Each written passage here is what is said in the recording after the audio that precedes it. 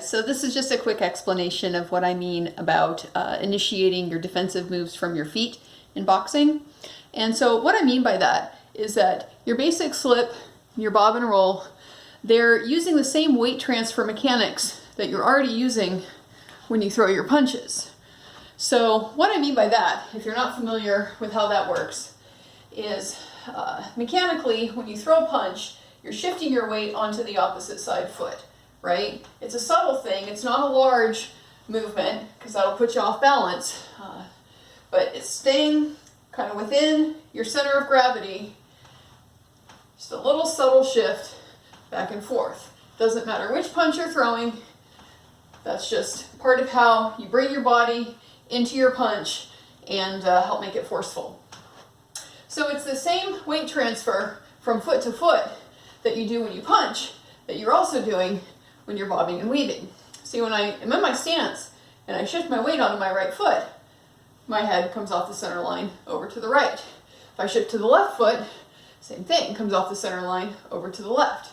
So that's really all I'm doing. I'm getting a little bit of movement in my torso, but most of it is just from my feet, shifting forward, shifting back, forward, back, forward, back. So then what I mean by staying loose through your hips and thighs is you just stay relaxed and you drop while you're doing that same shift back and forth, and you get your little elevation change. And that's basically how you do your bobbing and your weaving in boxing.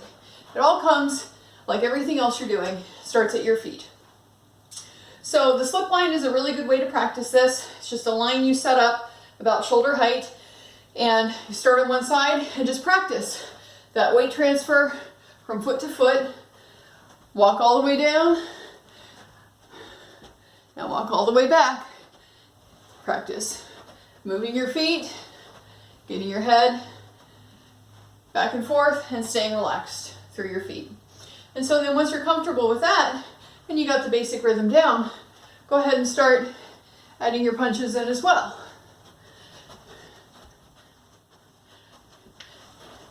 And you'll see when you're shadow boxing that these are all the same movements you're already doing. So it's really pretty easy to incorporate because it's part of the same rhythm and flow. And so that is what I mean by keeping your defense initiated from your feet. Happy training, guys.